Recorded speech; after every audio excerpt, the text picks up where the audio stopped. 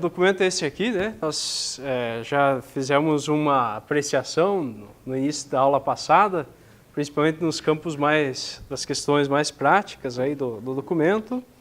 Hoje vamos olhar ele ponto a ponto, aí algumas questões. É interessante a gente ver a sequência de documentos que foram saindo. Talvez, se a gente recordar aí, tem diretrizes da ação evangelizadora na Igreja do Brasil, era 2011 e 2014, onde desemboca também um pouquinho para esse livro aqui, acho que é interessante a gente lembrar. Embora que foi repetido para esse documento número 102, as mesmas diretrizes que eram do 2011 e 2014, sobre como a igreja deveria caminhar. Sempre a igreja, ela olhava em 3 níveis, né? Primeiro, assim, a realidade, né? Era ver, né? O ver, o julgar e o agir. Então, sempre no ver se percebia a realidade, julgava-se pela palavra de Deus e colocava em prática a partir dessa reflexão. Agora, pelo objetivo aqui, dá para a gente ver uma mudança que teve. Veja só o objetivo. Talvez quem tem o livro também, o 105 também, no verso lá tem o objetivo geral, diz assim: evangelizar a partir de Jesus Cristo. Lembra que, né?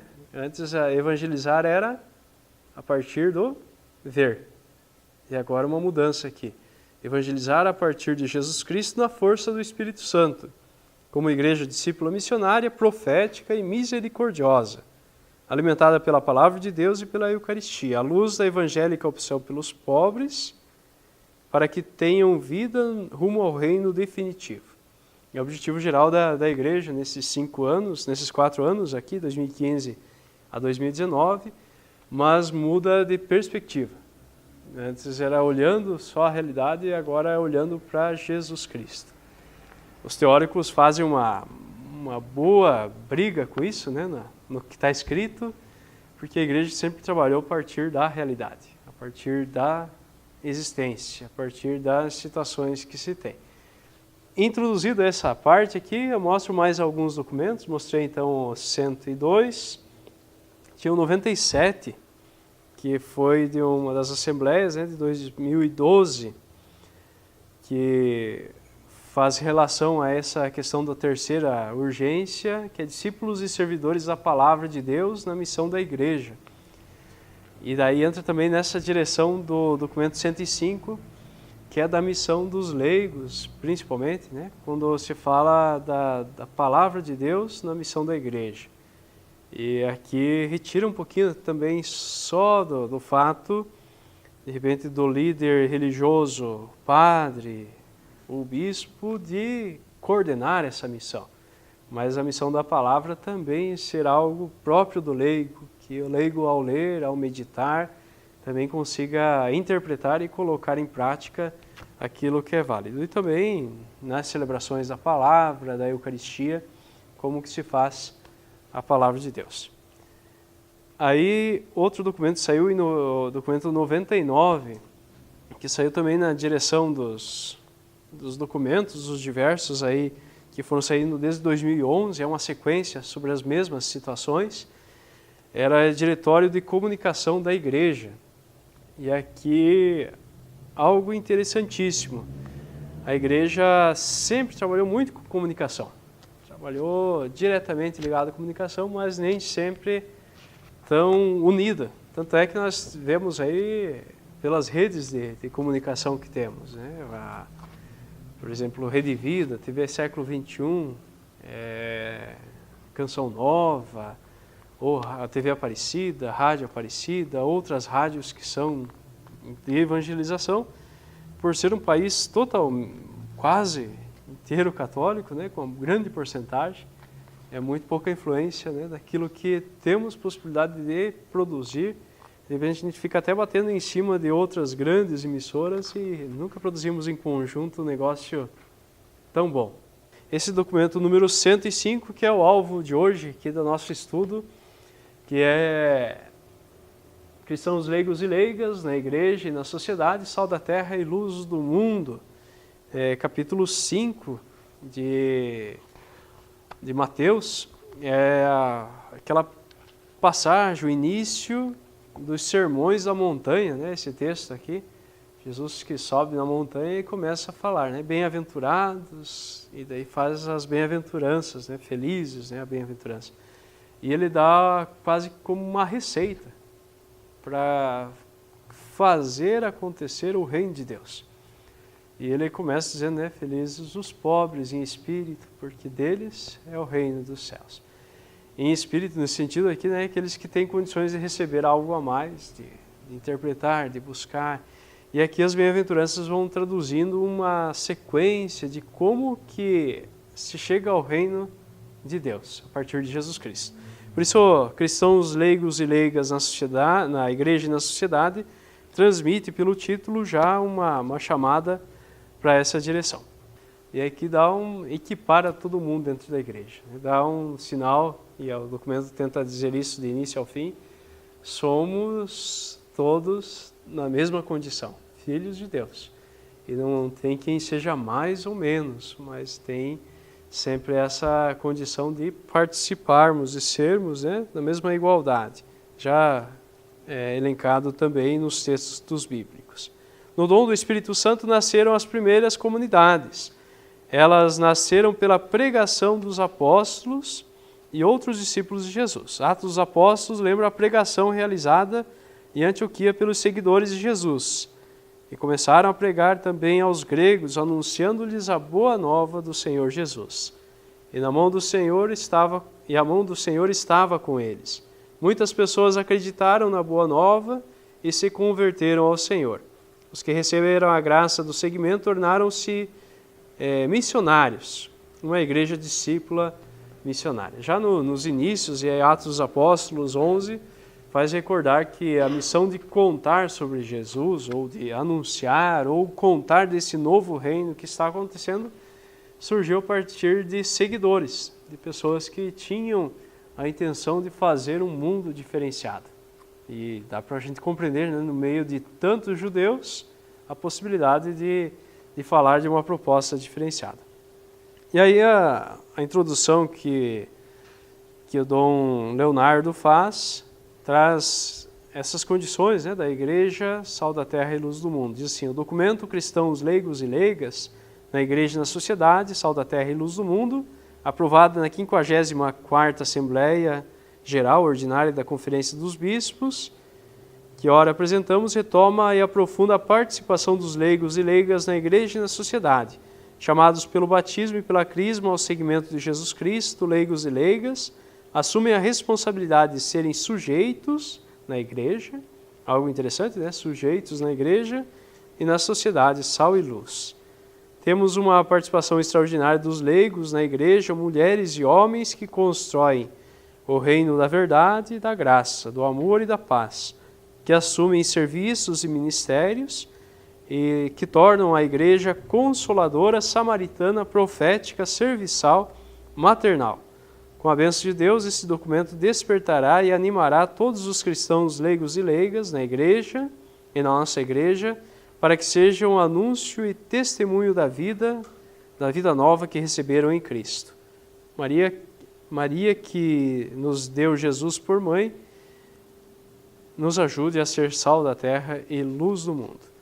Na introdução, temos algumas questões que foram levantadas, foram configuradas de acordo com os outros documentos, dando o caráter desse documento aqui, principalmente, e traz algumas situações. Leio um dos parágrafos.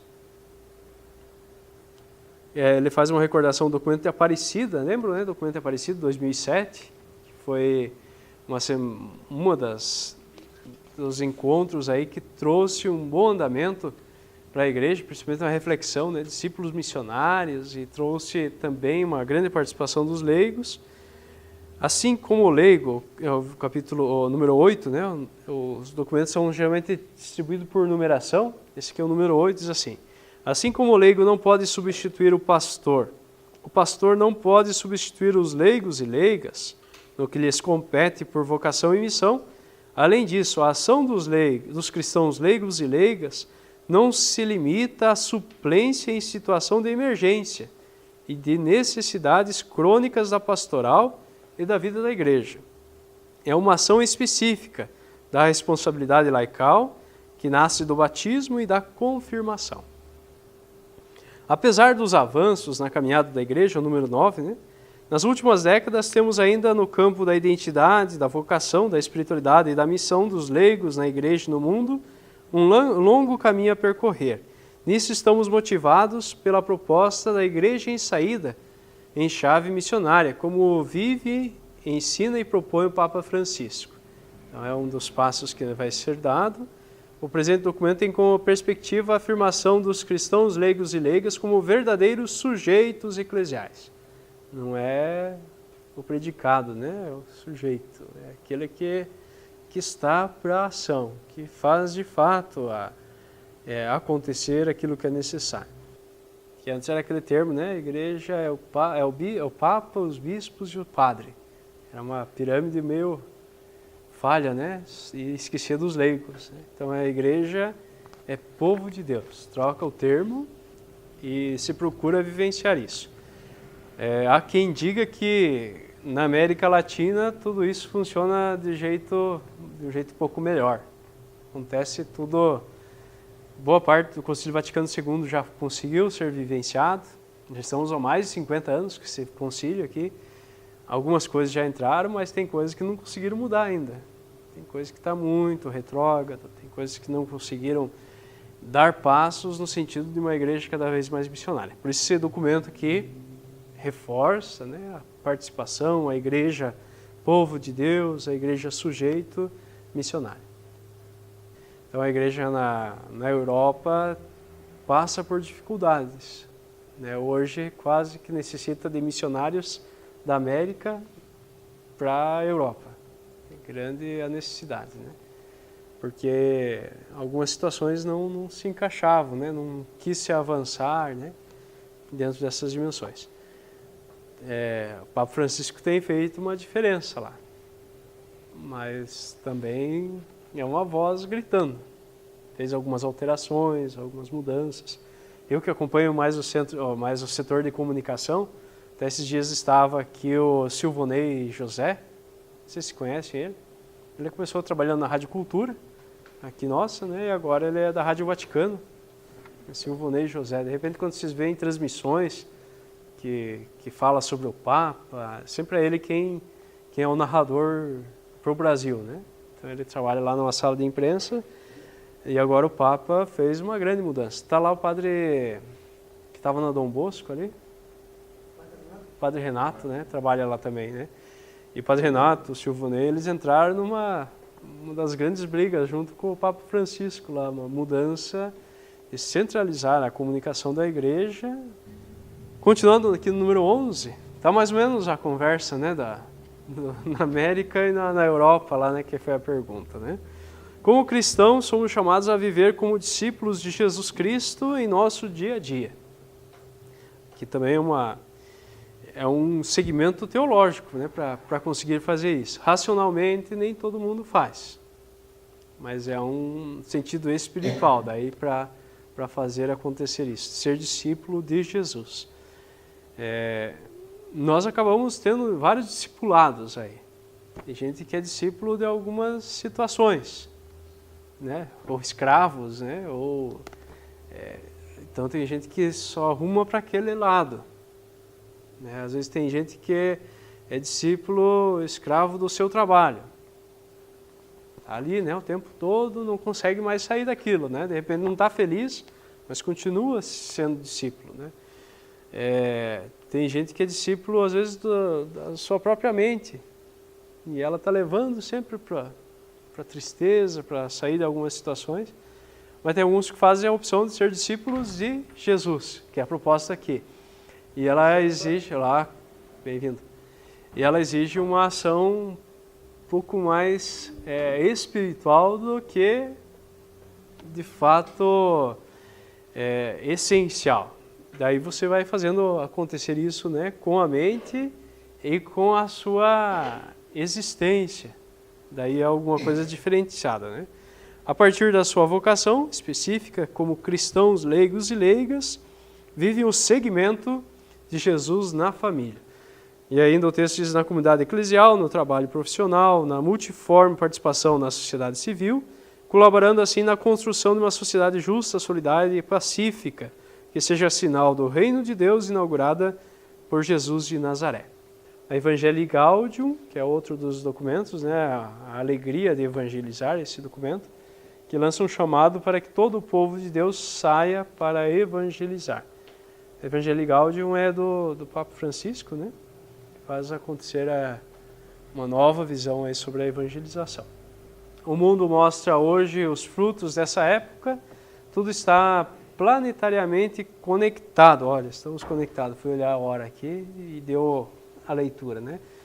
O mundo parece que está todo convergindo, né, na comunicação, parece que todo mundo lê o WhatsApp, de repente dá umas falhas aí no servidor do WhatsApp, todo mundo já sente, né? De repente todo mundo no Facebook, de repente todo mundo no Twitter, de repente parece que está tudo conectado, né? Somos cada vez mais iguais. O indivíduo é centro de todas as relações e fechado em si mesmo. Então, aqui é uma das leituras que se faz, né, no mundo e na igreja. E aí que se desenvolve, né, essa missão, esse diálogo, né, o povo de Deus em missão e diálogo e serviço. Então todos são chamados a vivenciar esse encontro e comunicá-lo por gestos e palavras. Jesus envia todos pela força do Espírito Santo. É a compreensão que tem. Como igreja, o laicato está em saída para a missão. O leigo em saída é a igreja referenciada pelo reino e direcionada para o mundo, onde deve se encarnar como fermento na massa, sal da terra e testemunha como luz. Esse fermento é interessante, né? Ele começa a inchar, né? Ele começa a atrapalhar de repente, ele começa a crescer, ele não fica só dentro daquele limitezinho que ele tinha, mas tem umas possibilidades de intervir na sociedade, sendo ele mesmo, né? Sendo um cristão que é discípulo de Jesus. Então essa é a possibilidade do que o documento dá, né? O sujeito eclesial se define pela consciência de ser, pela experiência de autonomia e corresponsabilidade na comunidade de fé e pela ação na igreja do mundo. A condição de sujeito eclesial se opõe ao individualismo e aos comunitarismos. É aquilo que a gente comentava, né, sobre até a questão das roupas, né, litúrgicas ou de se fazer minis padres aí para celebrar. Então não é pela aparência, mas é pelo ser, é consciência de ser a questão da missão do leigo, né?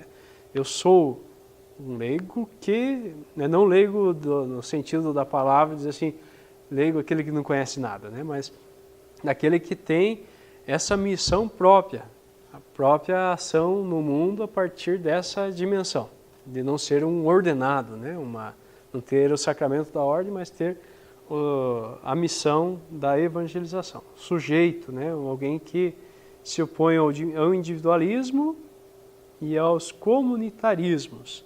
Então tudo que é ismo, né, ele complica, né? O individual. Padre Zezinho tem criticado muito, até os cantores, né? Porque ele é um cantor por excelência, ele tem... Esses dias tinha saído uma música, acho que ele compôs agora esses dias, desses dias que teve as greves aí, a paralisação, tinha uma música dele, né? Tem muita gente cantando lá para o céu, em louvor, e de repente não estão com a música denunciando, anunciando um novo tempo, chamando para a mudança, né? Ele tem dito assim, tem trabalhado muito o individual e pouco a comunidade, né? Ou se não tem feito da comunidade um panelão, né? Umas panelinhas, né? Que vai juntando poucas coisas e não se abre para outras situações. Vamos para frente. Os leigos vivem inseridos na construção da vida social. A busca do mundo novo é o horizonte onde a comunhão com Deus nos atrai. Então sempre a esperança, né? É a grande tese, a grande busca de todos nós. Cristão leigo numa igreja em saída. A igreja vive um clima de renovação.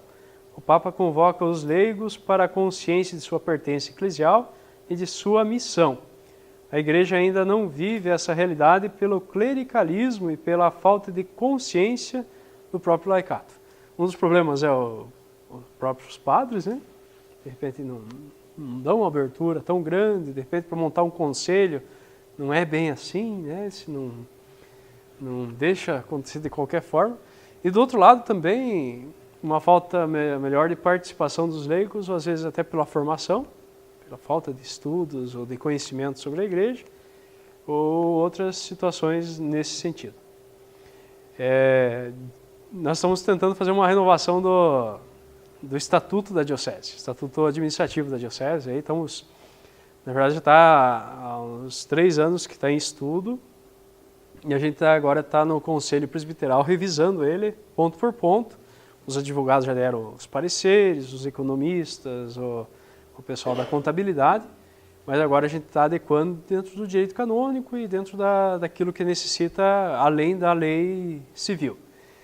E daí, dentro disso, nós também criamos aí diretrizes de pastorais e movimentos. Eu contei com o auxílio das diversas paróquias e várias assembleias, e ficou acordado agora entre o estatuto da diocese e as diretrizes para pastorais e movimentos, que quem escolhe o conselho econômico da paróquia é o conselho de pastoral.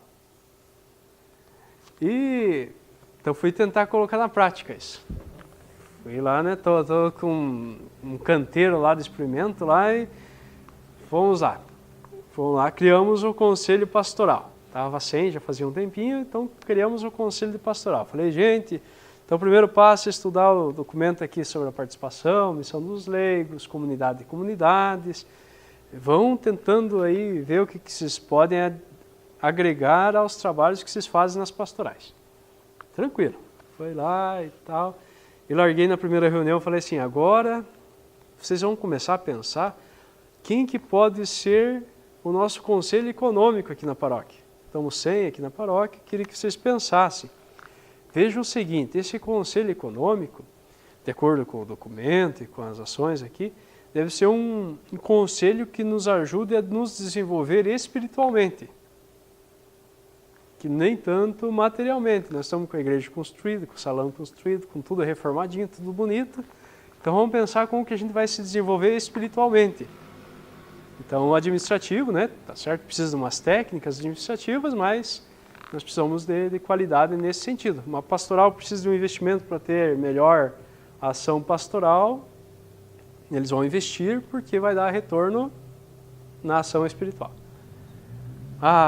Fomos lá, né? Fizemos a reunião e aí fizemos aberto uma grande conversa assim, de nomes que poderiam fazer.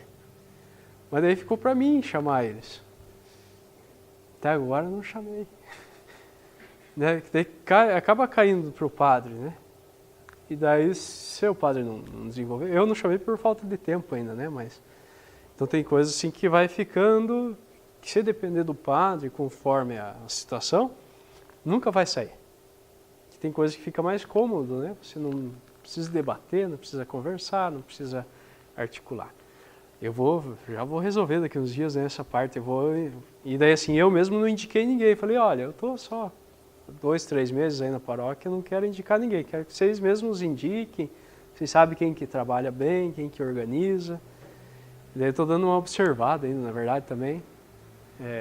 Como que isso se desenvolve, como que nós vamos conseguir acolher todo esse trabalho. Mas tentando seguir essas diretrizes. Não é fácil para quem não lê.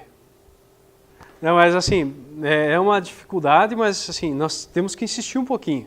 E essa nossa insistência deve acontecer, tanto da parte dos padres, mas também dos leigos mais esclarecidos, também nós temos que puxar um pouquinho, né? Não ser muito chato, mas ao mesmo tempo conseguir disseminar isso.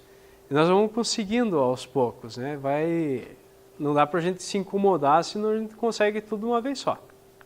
Vai ter gente que nunca vai agregar.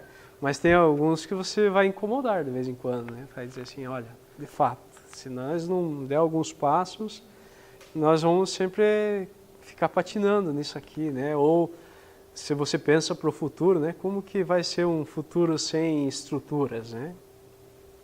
O mundo está caminhando para isso, né? A igreja tenta nos estruturar, né? Nos dar alguma base.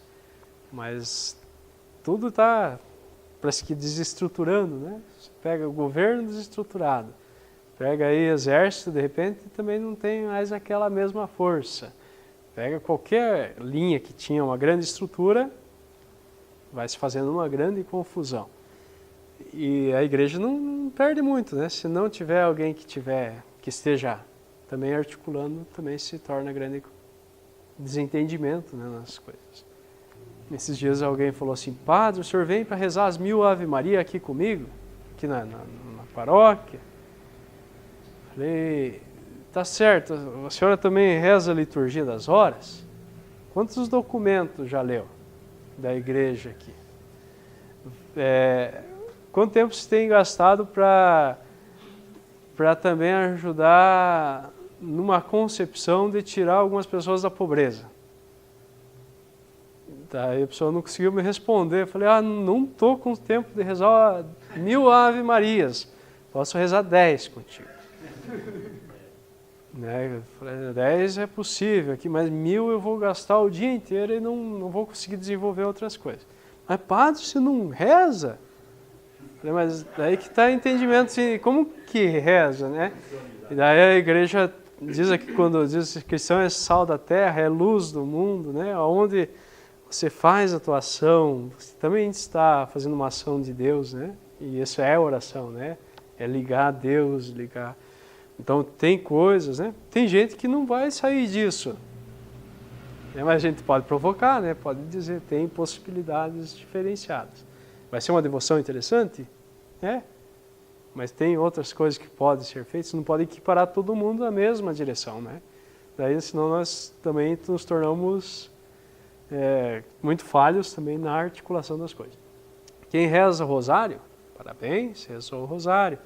Quem reza a liturgia das horas, rezou a liturgia. Quem fez a leitura orante da Bíblia, parabéns, né? Quem consegue fazer um retiro aí de 30 dias, quando é preciso, né? Vai fazer, né?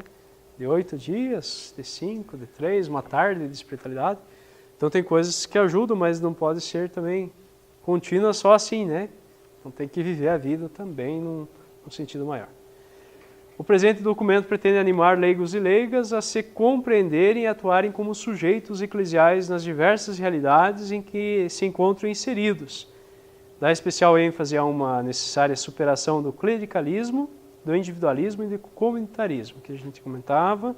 A noção e a perspectiva do sujeito eclesial perpassam as 3 partes do documento, que segue o método ver, julgar e agir. O sujeito eclesial é um dom que se faz tarefa para toda a igreja em sua missão evangelizadora. Daí, o texto traz algumas perguntas, algumas questões para a gente refletir, né? Porque estamos vivendo tempos novos na igreja. A gente fala tempos novos, 50 anos, né? 50 e poucos anos, né? Por que a igreja necessitou fazer uma transformação com o Concílio Vaticano II? Qual que era essa necessidade, né?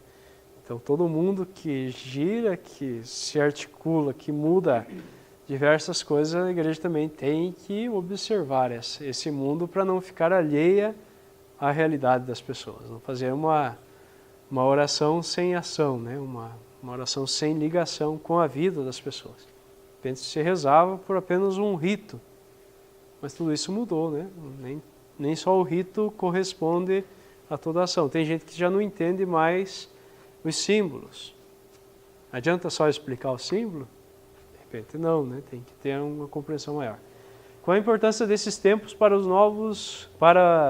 tempos novos para os leigos e leigas? Daí, né, a construção da esperança, com certeza é a maior de todas. Quais as consequências desse assunto para a nossa vida em comunidade, dessa participação? Para a vida em comunidade, além de a gente pensar comunidade e igreja, né? Mas para a comunidade um pouquinho maior, né? A sociedade, a realidade em que estamos, né? Qual a consequência dessa participação maior? Consequência de um cristão que participa. É uma sociedade melhor para todos, né? Sugestões em relação ao texto, que era, na verdade eu peguei o documento de quando foi, ele não é o documento finalizado, né? Essas orientações aqui era quando nós pegamos para estudar ele, para mandar sugestões para para a CNBB. Não sei se alguém de vocês ajudou. Mandaram, não? Eu acho que mandei duas sugestões daqui. Não, esse aqui foi uma, só que eu fiz uns rabiscos aqui, que daí a gente mandou alterações nos textos aqui. Eu também tinha distribuído, mas nem sempre volta, né? As folhas que a gente distribui aí para ajudar, né, na composição. Agora também saiu o outro documento que é da última Assembleia, né, sobre a iniciação à vida cristã. Até tem um vídeo bem interessante no site da CNBB Regional Sul 2. Se puderem dar um clique lá é sobre a iniciação à vida cristã, uma entrevista com quem compôs o documento foi o padre Mário Spack, quem fez a gravação, e dele jogou aí no site do Regional Sul 2. É CNBB S2, se não me engano, é o site. Ele trouxe bastante informações. Até hoje eu estive lá, está tendo o congresso do dízimo, o congresso estadual da pastoral do dízimo, e quem está assessorando o encontro é o assessor nacional de fé e política. Até convidei ele para dar uma chegadinha aqui, mas não tinha tempo, acho que ele ia trabalhar agora à noite com eles lá. Falei, mas eu fico até às 10 da noite hoje na aula, ele não conseguiu desencilhar lá para vir. Para ele dar uma visitadinha aqui, para a gente também dar uma perguntada para ele no âmbito nacional, mas não vai faltar oportunidade, né, para que também possa participar. Na parte 1, o mundo atual, esperanças e angústias, a inserção e o discernimento dos cristãos no mundo. Então é a primeira parte, né? Nós vimos a introdução do primeiro capítulo, mas aí tem por partes, né? Diz o mundo é o lugar da ação do cristão. A negação dessa realidade constitui alienação e fuga da condição de discípulos missionários. O texto é meio incisivo, né? Principalmente quando mexe com conselho de leigos dentro da igreja.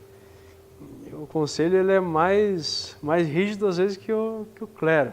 Tem horas assim que a gente vê, às vezes algum debate ele fica mais acirrado, mas é também uma visão interessante, né, de quem está nas realidades, e eles colocam essa situação. O mundo globalizado, vivemos num mundo definitivamente globalizado, trata-se de um sistema estruturado a partir de algumas bases fundamentais: as tecnologias, a organização financeira, o sistema social, a cidade, a cultura urbana, a sociedade da informação.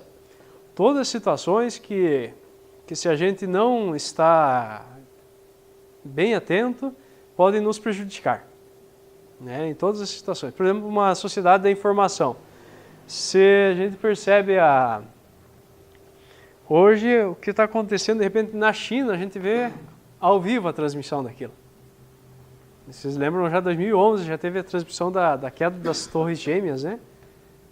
Quase bastante gente conseguiu assistir ao vivo a transmissão daquilo. E hoje, cada vez mais, essa integração, essa sociedade da informação, até dizem que a gente vê as coisas passar muito rápido, né? O ano passa ali o Natal, de repente já está no Natal de novo, né? As coisas parecem que estão mais rápido, mas esse mundo de informação, você lê muito mais sobre as coisas, você tem a sensação que está tudo ao teu alcance, e isso te dá uma sensação de rapidez no tempo. Então o mundo da informação te leva a uma rapidez, né? Mas também algumas situações, né? A cultura urbana. Qual que é essa cultura urbana? O que esse urbano traz, né? A agitação, a rapidez, a velocidade, o individualismo, né? Então temos algumas situações que dentro disso tem coisas boas, mas ao mesmo tempo tem coisas que nos tiram do limite da gente, né? Nos fazem repensar ou reorganizar. Não sei como vai funcionar, nós somos migrantes dessa era, né? De uma era totalmente diferente para uma era tecnológica. Me considero, entre esses, né, migrantes aqui. Às vezes, para a gente se adaptar a um celular novo, a gente leva uns 2, 3, 4 dias, né? Mas quem já nasce nessa era aqui, já nasce querendo virar um livro desse aqui só assim, né? Só puxando com o dedo. Eu vi pelo meu sobrinho, eu levei Levei esses dias um livrinho aqui que comprei na livraria, andei pesquisando na internet para entre 1 ano e 2 anos o que seria interessante para ele. Daí vi que coisas de montar ajudava a estimular o conhecimento. Então beleza, fui lá, brinquedos. Achei uns brinquedos lá de montar, né? Falei, mas vou também levar alguma coisa religiosa para eles, né? Procurei ali, tem um livrinho de quebra-cabeça. Daí levei o livrinho lá. Primeira coisa que ele fez, ele não sabe ler, não sabe falar direito ainda, né? Mas a primeira coisa que ele fez com o livro, né? Eu abri a página e ele tentou virar a próxima página. Ele tentou virar assim, ó. Porque no celular ele vira a página assim. Já no celular ele manja bem. Mas no livrinho lá ele se bateu. E a hora que eu desmontei o livro, que daí era um livrinho que tem a historinha aqui, daí dentro aqui está montado o quebra-cabeça. A hora que eu tirei o quebra-cabeça dali, ele olhou assim, eu percebi as reações dele, né? Que como que sai de dentro disso essa parte? Eu vi que ele já, me pareceu que ele interpretou assim, que do celular não tira de dentro aquilo lá, né? Então no livro ali saiu. E ainda eu peguei e desmontei o quebra-cabeça.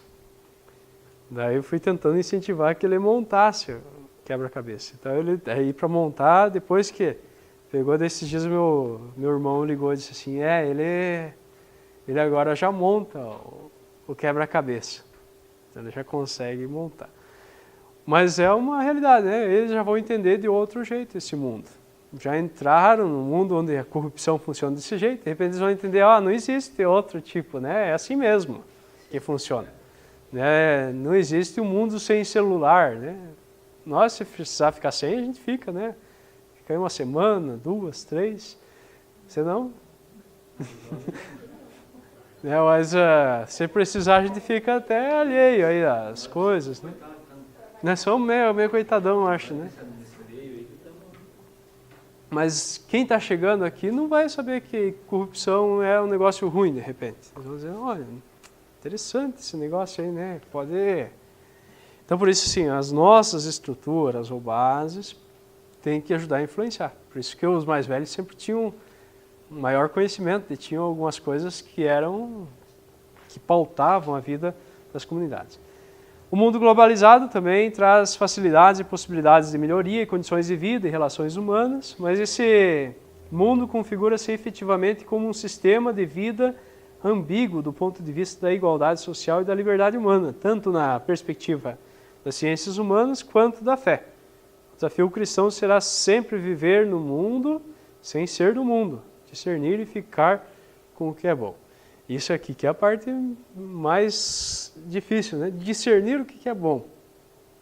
Você está no mundo, está utilizando da tecnologia, está utilizando disso aqui, daquilo, você assiste novela, assiste o Big Brother, assiste o que precisar, mas você conseguir filtrar o que é interessante disso. O que é eficiente, mas não a partir de uma influência geral das coisas, mas a partir de um pensamento diferenciado. E isso é necessário, né? Eu acho que essas nossas aulas aqui levam a gente a ter umas outras posições, os outros conhecimentos, né? Tanto filosóficos, porque a filosofia é próprio, né? de pensar, de refletir, e da nossa parte aqui, da minha parte aqui com vocês também, do teológico, né? De como também pensar algumas coisas a partir daquilo que de repente é impossível, né? Daquilo que não é tão visível, mas que é eficiente, né? Que é a questão teológica. Ainda o mundo globalizado, né? Era entendido corretamente como uma questão macroeconômica. Então o globalizado sempre estava mais ligado à economia. Nós, quando estudávamos geografia ou outras ciências, como que nós estudávamos antes lá? Ciências sociais. Não sei se era da época de vocês aí na escola, né? Era ciências sociais, a disciplina de 1ª a 4ª série, né, que a gente tinha. A organização social e política do Brasil. Não, olha só, né? Mas eu tinha ciências sociais, era a disciplina, a gente falava desse negócio globalizado, né? Depois entrou na 6ª série, né, 1996. entrou lá geografia e o professor falava, né, desse negócio aqui de globalização. Eu, no primeiro momento, entendi que era da Rede Globo, né, porque, mas é uma globalização, né, e tal, né, então daí, mas é quase isso também, né, globalizar. Mas era principalmente uma ideia econômica, mas hoje também, aqui fala macroeconômica, né, mas esse regime incluiu o desejo de satisfação e práticas de consumo. E a satisfação estava muito ligada antes ao culto. Né? Você fazia um culto, você satisfazia, né, interiormente. E depois a globalização fez com que as coisas se tornassem mais fortes do que o sentido espiritual. E aqui há o documento aponta para isso, né, faz uma leitura também disso. Tem várias questões, né, do globalizado aqui, que de repente a gente lendo, a gente consegue ter algumas questões. As tendências eclesiais, então as práticas eclesiais reproduzem esses processos sociais globais que foram descritos. O individualismo se mostra como atitude que pode perpassar as mais diversas formas de vida. Os individualismos relacionam a salvação sem a inclusão do outro.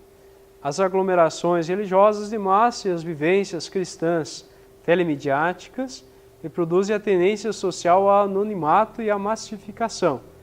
Não faltam também as experiências de comunitarismo religioso, de característica fundamentalista e sectária.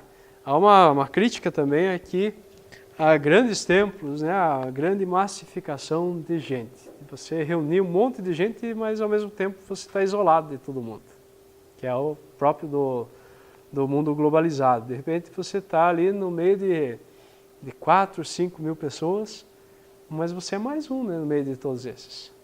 E daí que a igreja chama, né, comunidade de comunidades. É essencial que faça um grupo bíblico, no qual lá você consiga escutar todos que participam, ter uma possibilidade de dialogar, de conversar. Até melhor, nossa aula é meio pequena, assim, que de repente alguém diz assim, eu vou interferir aqui, já interfere, né? Já diz assim, olha, estou com essa ideia aqui. Às vezes é melhor do que uma grande turma, né? E de repente a igreja tem entendido isso, né? De repente é muito melhor